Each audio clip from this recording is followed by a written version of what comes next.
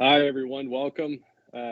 This is Burgos Garritson. I'm an immigration attorney, and this is our weekly show that we host every week with Telugu NRI Radio. You can always subscribe and watch us on Facebook Live and or YouTube Live. We always accept comments throughout the week or notes or ideas of what we can have for the show. So I want to welcome everyone and move forward with what we have for this week. I think there's been a few interesting points here recently. Since our last show last week, most notably, I think everyone has heard the news about the visa bulletin and maybe some notations of what's going to happen in the next couple of months. We've also today are set to discuss issues with,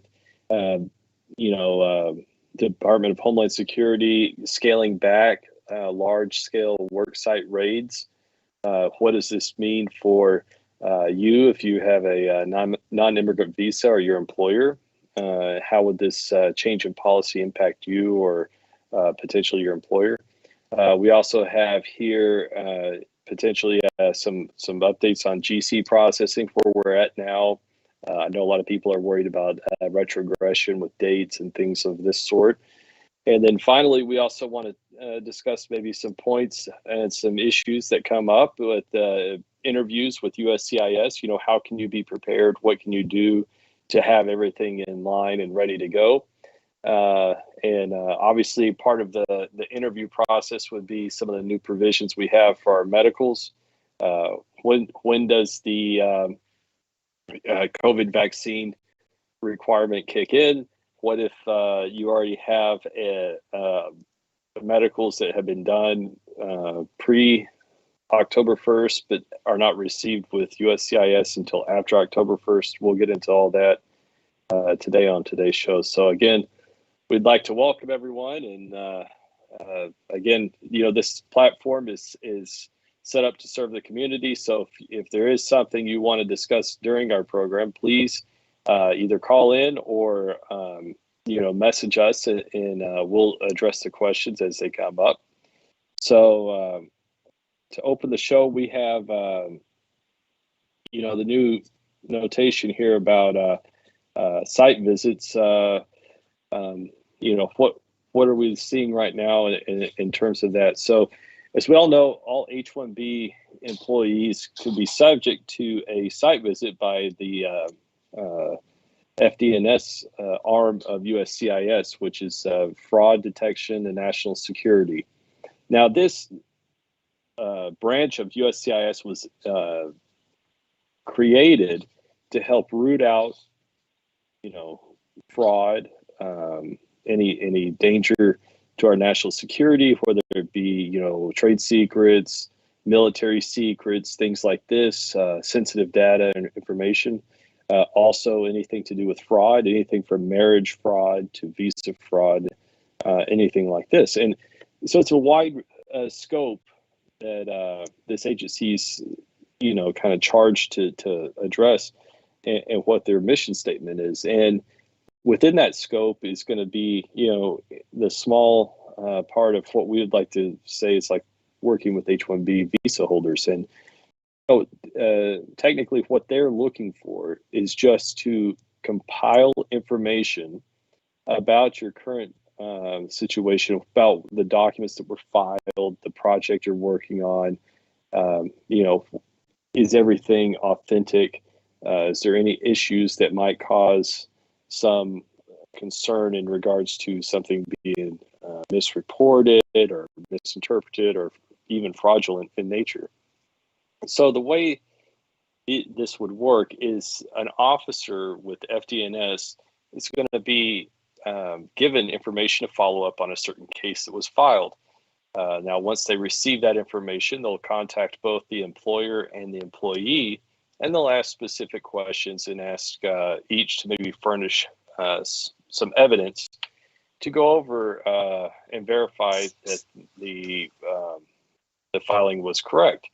Now, some officers will ask for excessive amounts of information, others limited amounts of information. It's a good idea to remember that these officers don't necessarily have your case in front of them. There's nothing you can do to discuss with this officer to have them approve their case or deny your case. What they're looking for is, again, just collecting data. So what is a good idea of the process of what to do? How far should I engage a site visit, a FDNS officer? How much should I provide them with information? How should I meet them? Should I allow them in my home, etc.? And, as a rule of thumb, I just want everyone to always remember that any participation with an FDNS officer is always voluntary. Unless you're issued a subpoena or anything official, any information that you provide or documentation that you provide is always voluntary. So having said this, it's always good to use your best judgment when you're dealing with one of these officers, in the sense that some of these officers want to meet at a Starbucks, or now, since we're all working remotely, some of these officers have asked to go to, H-1 beneficiaries' home and inspect and meet them inside their home.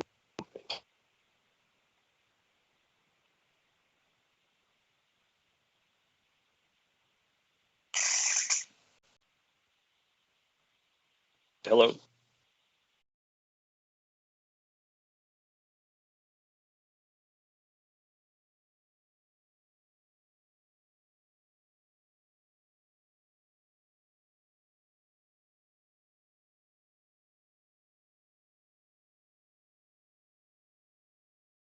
Stop. Sorry about that. So obviously, if someone wants to meet you in your house or anything else, it's very important that you use your best judgment on this. It's not going to cause your case to be denied if you do not, meet with someone. It's not going to cause any future harm to your case for future filings or GC filings if you decline to participate. Obviously, you'd want to stay in contact with your employer and let them know that you've been contacted. And then obviously your employer would want to know, what's relevant to provide this officer, how much information should be given, et cetera. And they usually work with an attorney on that. So that's real brief. I know a lot of people feel compelled to provide every single piece of information that an officer might request. And again, going back to it, each officer is unique. They're just basically compiling a report. And they're not actually adjudicating your case. So some officers will, have a laundry list of items that they want to, address, and others, it might be brief and more to the point. So you can always, answer in part and not answer in part, and anything that seems fishy or uncomfortable, obviously you do not have to participate or anything else. And if you do sense that something's fraudulent, by all means, report the interaction or the conversation to, maybe your employer or the employer's attorney to verify that that's a real officer. If you can also contact USCIS to verify if needed. If the officer emails you, obviously it'd be easy to verify through their username or their email address and URL with that email. And, again, these are all voluntary as far as participation. Now, what does this have to do moving forward? I know when we first spoke, starting the show, we were talking about Department of Homeland Security changing certain parameters with how they handle worksite enforcement. Now, a memo was issued yesterday by Mr. Mayorkas here, who's the secretary handling DHS. And basically what they've done is issued a statement saying that they're not going to handle, they being Department of Homeland Security, ICE, Homeland Security Investigations, and all the sub-agencies are no longer going to go after large worksite raids. What this means is, in the past, it's been easy for other administrations or other interested parties previously in power here to go and say, look, we're enforcing our immigration laws. We're going to this large meat packing plant, or we're going to this large cell phone refurbishment plant, and we're going to raid this, and we're going to find that there's 300 or 400 undocumented people working here. And it's basically done as a PR stunt, so to speak, and you're basically just kind of putting people, it's like low-hanging fruit, I think is what you'd want to compare it to, and it's going to make it easy for the agencies without any real proactive benefit to the public. And so by changing the focus on this, I think we could expect and could see more standardized compliance measures being implemented in the future. Now, obviously, the DHS is concerned, probably more focused on I-9 compliance, public access files if you're H-1B visa holder, or E3 or H-1B1, and other things like this to make sure that all the documentation is correct for every worker, not just an immigrant or non-immigrant worker, but even U.S. citizens. Even U.S. citizens have to comply with I-9 requirements. And I think you're going to see probably more of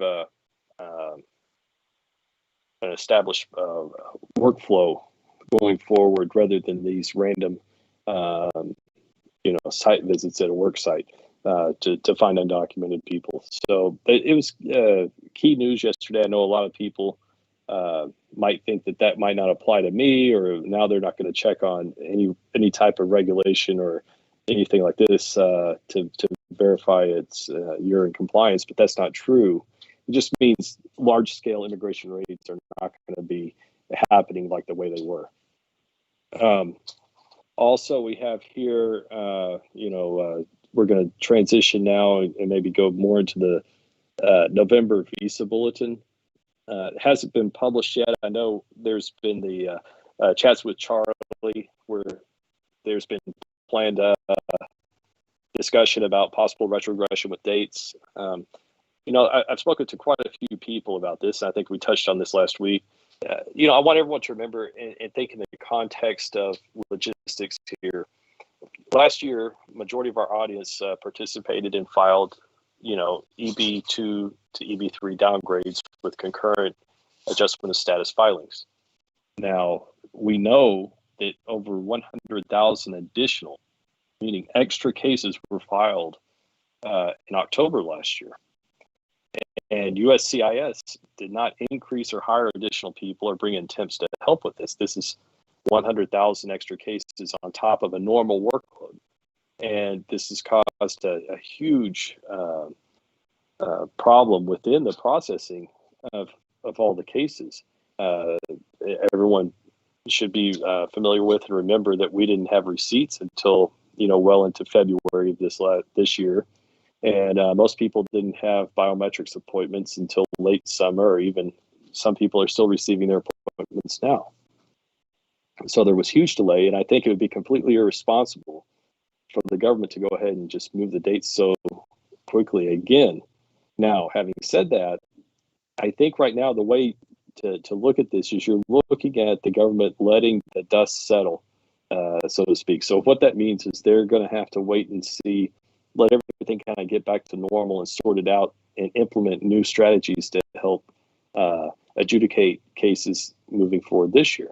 So what do we know about current visas? We do know from previous conversations with Charlie that there's going to be even more visas reallocated this year from, not being used due to the pandemic, and reallocated to employment-based to help address the backlog. I think this year, like what Venkat and I have been discussing for a few months, is you're going to see more of a month-by-month approach, scaling up to whatever the service center can handle. So what I would expect, probably not as much movement, maybe retrogression in November, but probably, or at least by January of 2023, we're going to see more movement in the sense of, ability to file adjustment of status cases. So if you have already done everything and plan to downgrade or already filed a downgrade case and you're waiting on the dates to become current to file, don't be discouraged. It will come up here soon, and all it is going to be a couple months delayed. But at the same time, by delaying a little bit in the beginning, it's going to save time on processing to where hopefully you have your EAD and advanced parole faster. And obviously, hopefully, by the time it gets to your priority date being current, hopefully your green card will process much faster.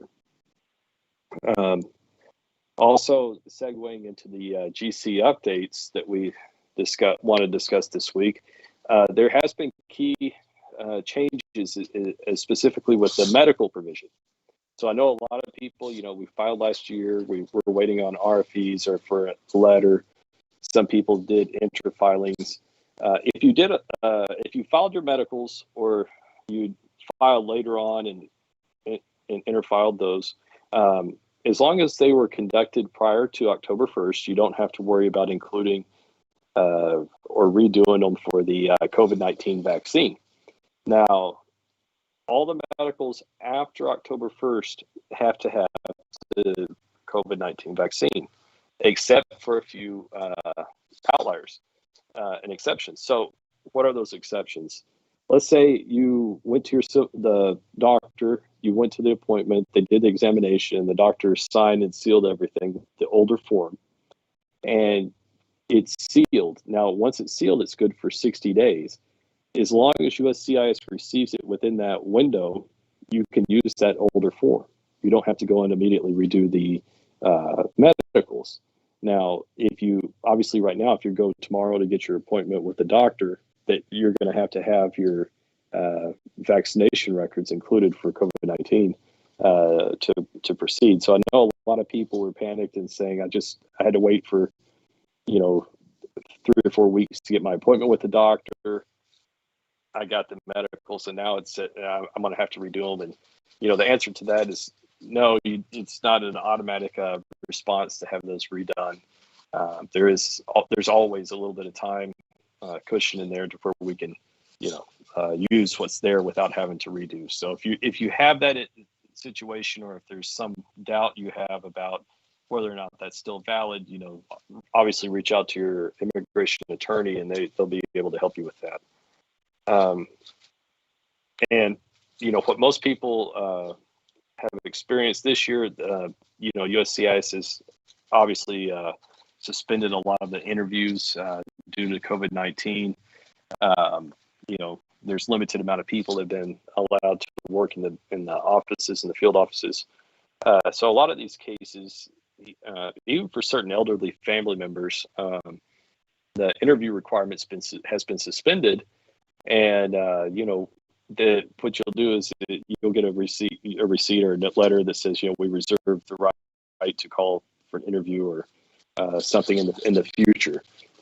So I wouldn't worry so much about that. Obviously, if you get an interview notification, you can always bring any updated documents with you at the interview, which would be your medicals if you need that, or supplement J or letter of employment.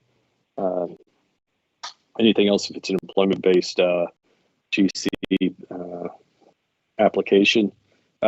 Join us now and see if he has any points to add to our discussion this week. How are you doing, Venkat? Yeah, I'm doing good, Lucas. Thank you for this week.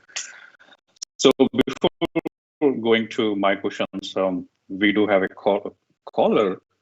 Maybe we can take a couple of questions from him, then we can discuss later in a couple of points. Perfect. So yes. Yeah. You may ask the question. Hello. This is Bharat Rawalpati. Can you hear me? Yes, Bharat. Yes, Bharat. Go ahead. Yeah, hi. So, hey, thank you, Lucas and Venkat, for doing this. Really appreciate it. You're helping us out a lot. My question is, my priority date is 2012 November, and I downgraded from EB2 to EB3, and I had my premium processing USCIS messed up, and it took a congressman to interfere and get it approved last week after 5 months. Wow. So now I'm kind of fearing about retrogression next month. I'm in 2012 November. So I just wanted to understand, is there a way to get a USCIS officer to look at the file? I have my biometrics done and medicals are already on the file. So it's just for them to kind of take a look at that and adjudicate it. So is there a way to do this at all?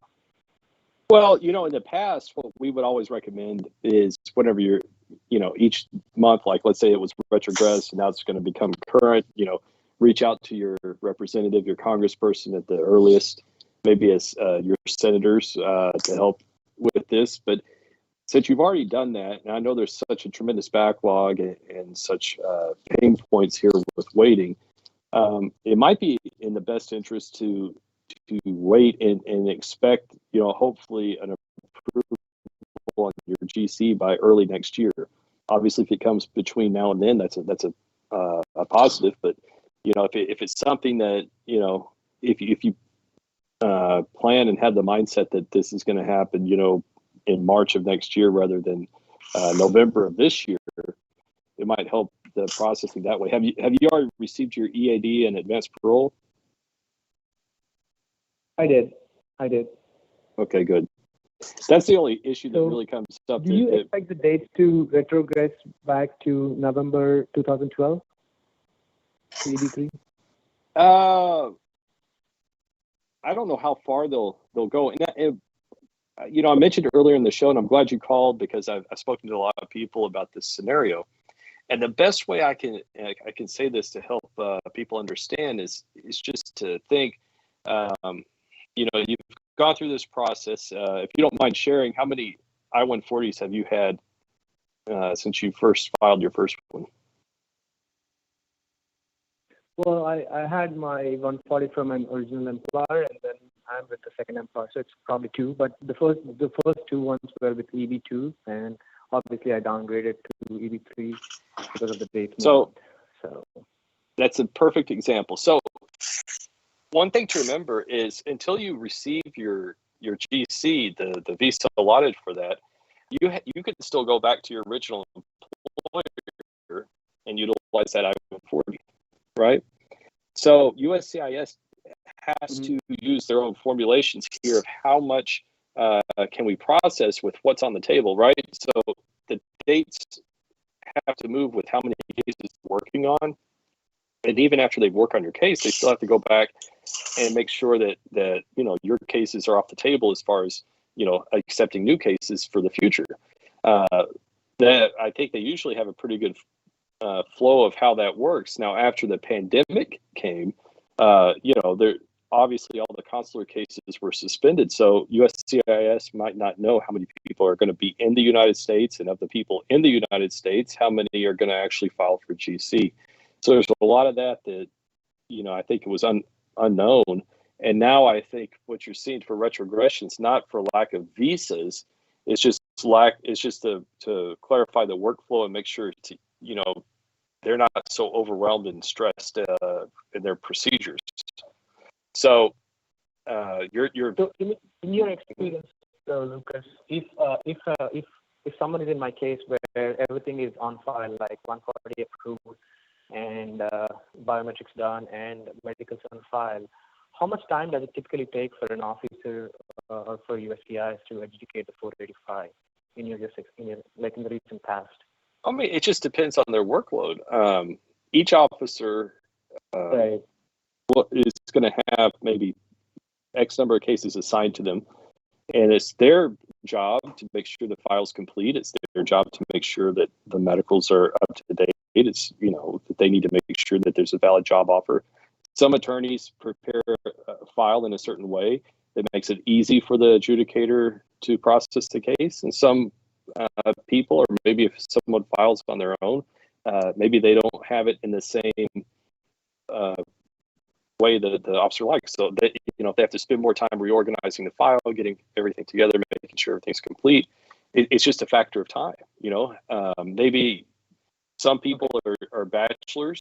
Maybe some people have a wife and 3 kids that they're going. That's adding on the number of files to work on. Okay. So it really depends.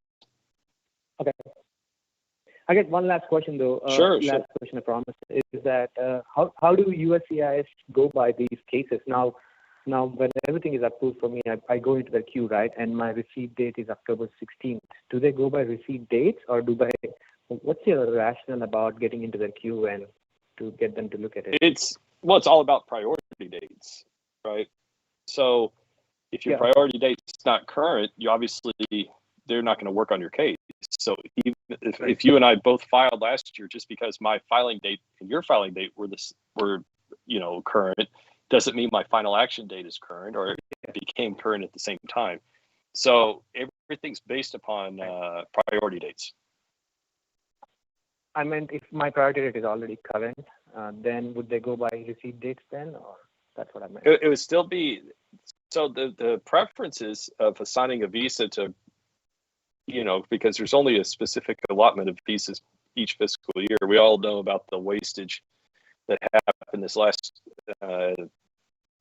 month by Congress or the president not stepping in and maybe preserving these visas. So to answer your question, the assessment is that there's X number of visas and there's X number of applicants, and the priority dates establish who's in line first, right? So even if your case was filed before me, if my priority date was from 2006, I would still get preference over you for getting that visa because my priority date is before yours.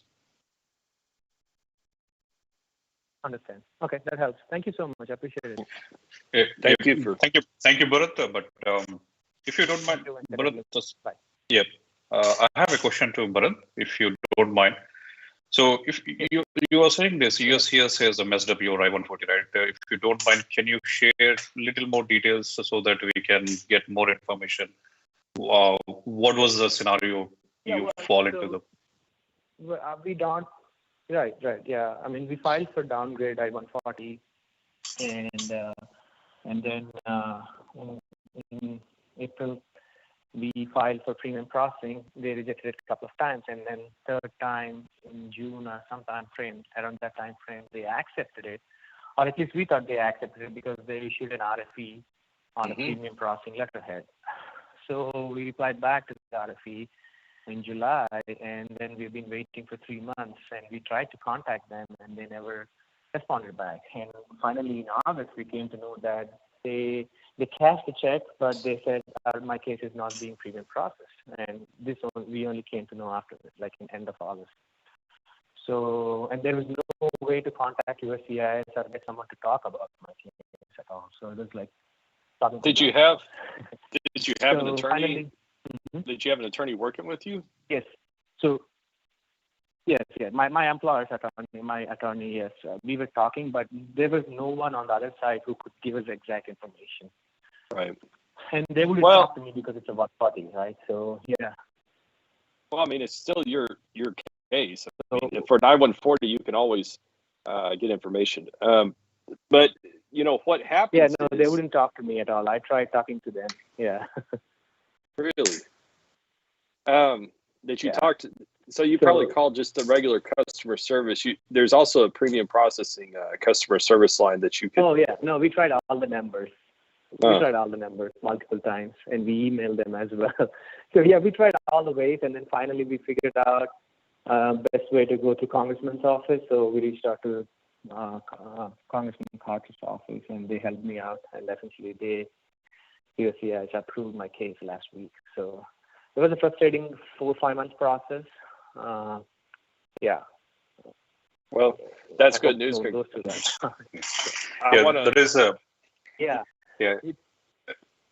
It is really good news, Bharat, actually. So we see the couple of scenarios too. It means because of, as Lucas saying, that it got 100,000 more applications, and all officers are overwhelmed, and we had a case on I-140. The officer issued the same I-140 twice. There is no issue, but still they are issuing to buying out sometime. But your case is a little bit different, but ultimately it got resolved and approved. We hope you will get the GC as soon as possible. Yeah. Exactly. Yeah. My only thing is I'm just fearing retrogression next month. As my research, maybe I'm seeing some groups. Maybe it retrograde, maybe not for your date, but ultimately it retrograde to in 2013 somehow months, but not 2012. Maybe I think you are in a good shape. Yeah, you are in good shape actually. Yeah, you are in good shape. Your I-140 is approved, and you got the EADs, advanced combo code, and maybe in next couple of months, maybe less than 6 months, you might get GCA. I see there's a couple of approvals on October 7th and October 8th. One is 2012, 2011 pre-entry date, and one is 2013. But here we should have some a little bit luck to get our file into the office at the table. I hope so. That might be. Yeah, it means that's what I was trying to see. How is there a way to get that file to the office's table? That's all I was wanting to know. It probably is with the officer. What is your where do you live right now? What state are you in? I'm in Austin, Texas. Okay, so I think the field office service center. Yeah, San Antonio. Field office is San Antonio. San Antonio, yeah. So everything should be fine. I mean, I would expect, there's obviously a lot of work that has to be done here in Texas because we have a larger population with people that use this service. It's different than if you lived in Nebraska or Iowa or Wyoming, So it's a lot of factors involved. So all I can say is, just kind of stay positive with it. You've resolved the one main issue that's frustrating with your I-140. That's complete behind you, and now it's just a function of time. But don't worry. We discussed last session. Even we hear 2010 and 2009 applicants still are waiting for the final 485 education. Oh wow. It still is 9 years or maybe almost 9 years or 10 years, but somehow it should be some luck to process the file. But maybe in your case, maybe next couple of months, maybe less than 6 months, you might get GCA, I think. Hopefully. Thank you so much. I really appreciate you both talking to me. Thank you so much. Yeah, thank you. We really appreciate you calling in and participating. It's because I know it might not seem like it, but there's other people similar situation like hearing your questions and here discuss. So I appreciate your participation. Yeah. Thank you, Bharat. Thank you very much. And you guys have a good evening. You too. Yeah. Thank you. Thank you. Yes, Lucas. It means we are seeing and we are listening the same kind of scenarios as Bharat has. It means most of the cases is I-140 approved and everyone is waiting for the final 485 education. But we know that USC's employment is very limited and permitted, and they don't have much. Well, I think. I think what you're going to see is just like what we heard on the earlier in the show, what we were talking about with verification, site visits, FDNS, things for like H-1 visa holders, maybe even certain compliance issues. I think there's some due diligence that's required whenever someone downgrades their case, where the officers do have to do certain referencing or verification, and I think that's caused a certain issue with a backlog of these cases. And then when people want to try and upgrade to premium, I've heard of cases that have been rejected just by saying the labor's not with the case. I've heard of others saying that it's not available at this time. We've had others where premium cases were accepted, but in like our caller there with Barth, that they've been delayed by not just weeks but months. And of course, you and I spoke about one intriguing example where we received 3 RFEs of requesting the same information 3 times for one case, and it's more or less like trying to buy time. So there's certain things that are going through, and hopefully most of these problems are worked out. I can tell you this: I don't think there was much anticipation on how many people were actually going to downgrade, and I think that really caught the service center off guard. And I'm pretty sure that they're trying to do everything they can to not repeat that mistake again in the future. Not being prepared, right? Yeah. So, Lucas, just we have started the topic about site visit. Do you see any recent site visit anywhere? Applicants or clients? Every day we have site visits.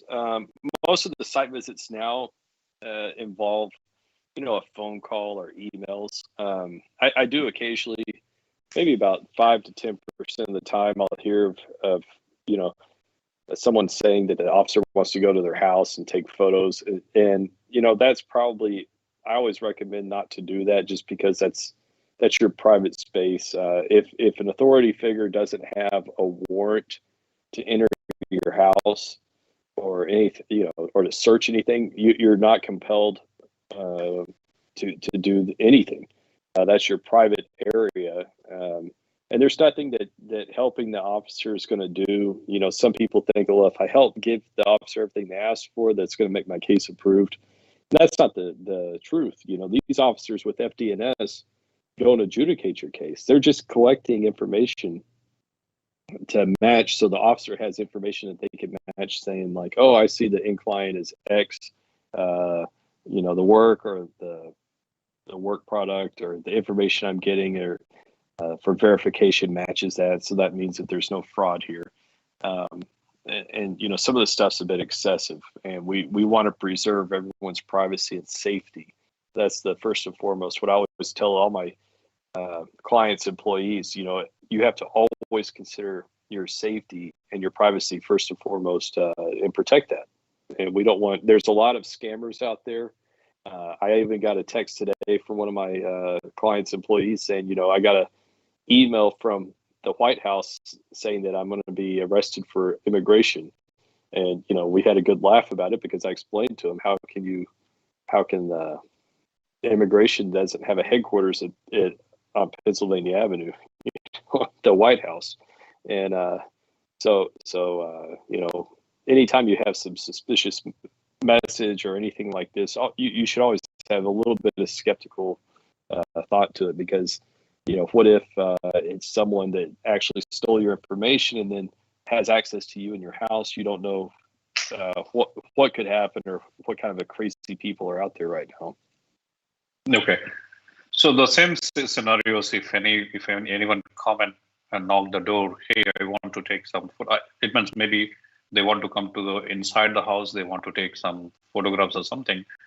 But if applicant side, what steps need to be done? Maybe what step need to taken at the moment to awareness whether we need to allow or not, or maybe can we ask their badge number or something?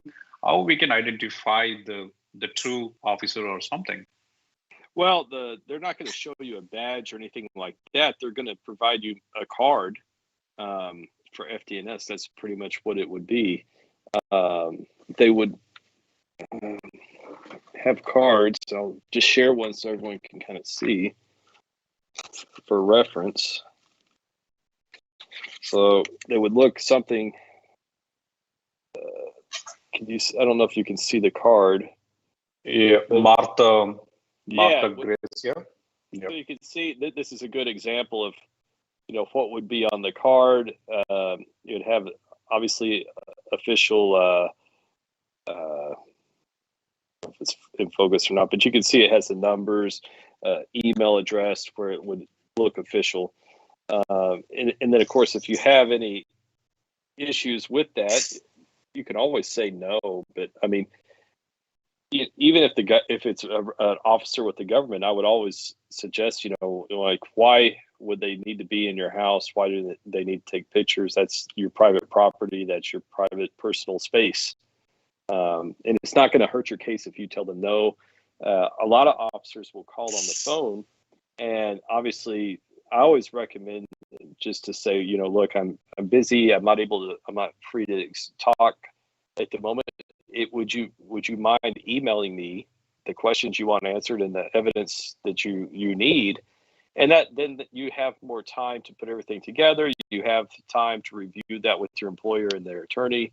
So you're not put on the spot or panicked or stressed and maybe say something wrong unintentionally. It's always what I recommend. Okay. So still, it means all companies are, it means still we are in kind of pandemic situations. Most of the offices not yet started. Do you see recent site visit about maybe whoever working from home, it should be amendment with the house location and the office location, right? So right. Recently, is there any kind of situation? Did you see the site visit come to and for the validation at the office or maybe home? I mean, I would say 90% of all the site visits right now are done through email and through the phone. Occasionally, I'd say probably 10%, the officer will call and say, "Hey, I went to your end client, no one's here." And then you say, "Well, obviously that's why we have 2 locations on the LCA listed, because we're not able to, company policy, we're not able to be on premises at the moment." And then they might try and show up at someone's apartment or house, and obviously that I just strongly feel that that's just kind of overstepping the bounds of authority.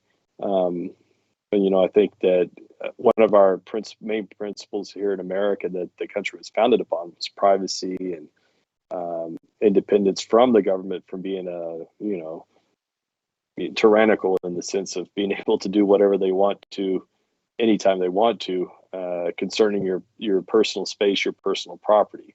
So to I think an average American citizen, it would seem a bit extreme or foreign for government to try and go in your house without a warrant. And obviously, I think that these officers manipulate the situation because most people in this situation want to comply because they know they're not doing anything wrong, and they want to make sure that everything's fine. And at some point, we do need to draw that line to where certain powers are not abused.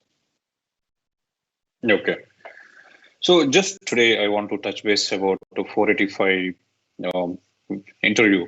We know that USA has suspended the green card interview, but we saw a couple of interviews done maybe last couple of months.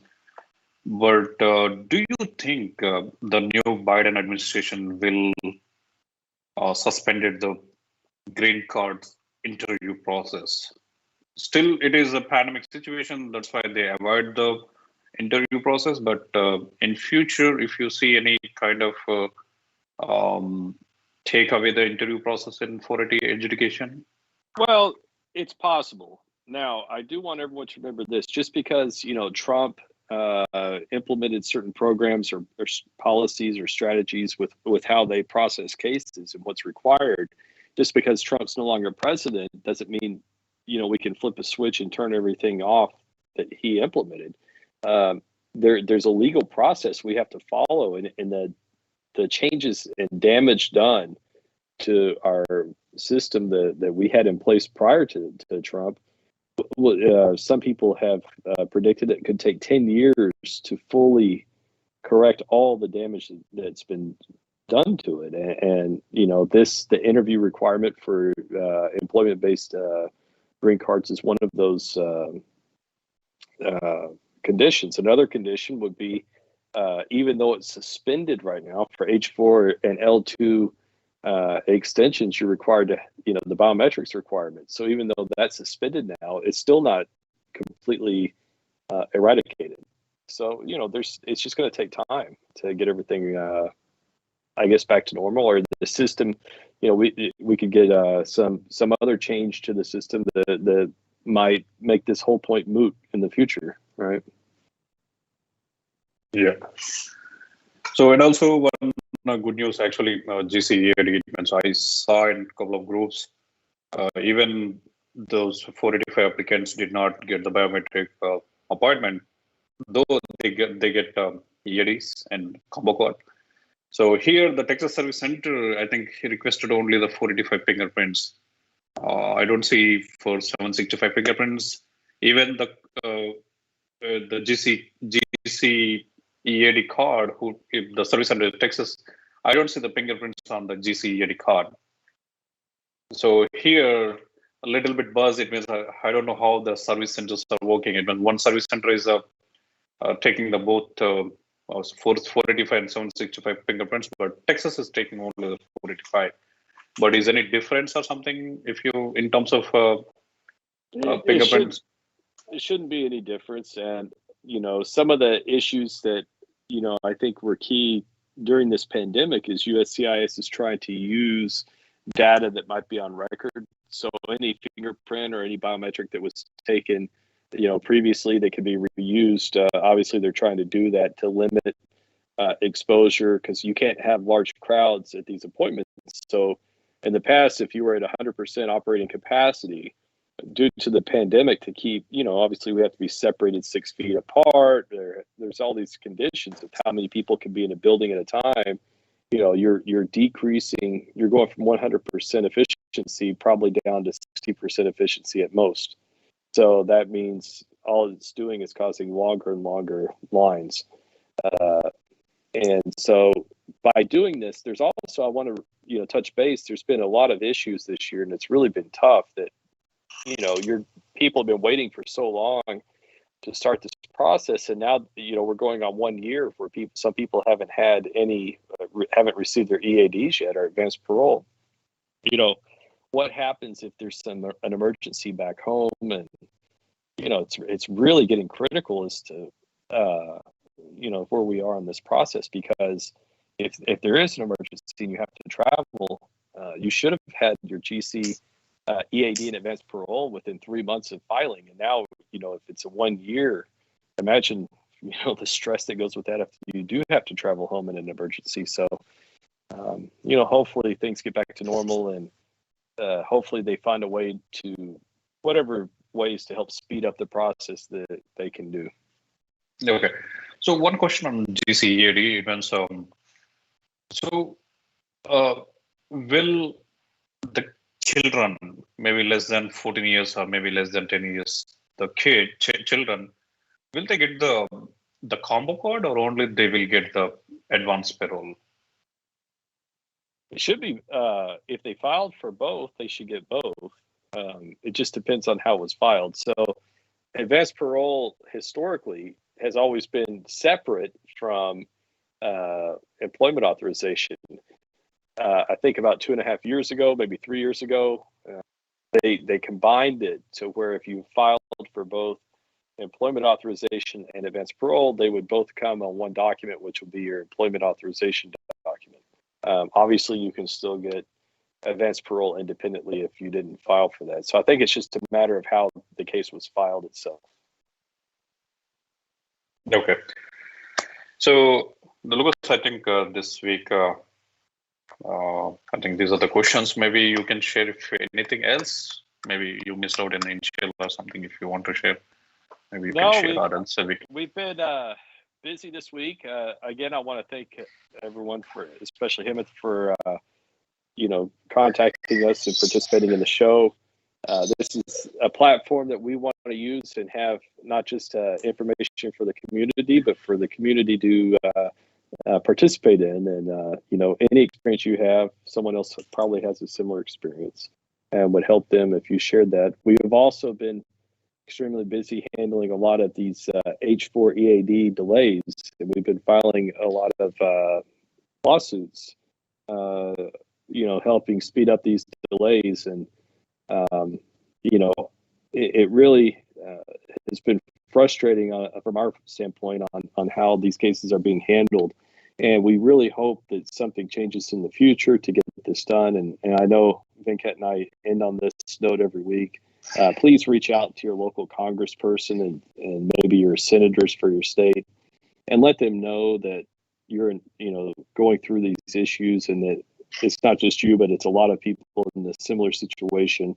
People with advanced degrees, people who contribute to our economy, people who pay taxes, people who have been in the same status for 10 plus years. And if we get enough people to really talk about this and take action, hopefully we'll see more change in the future to where this process doesn't happen the same way again.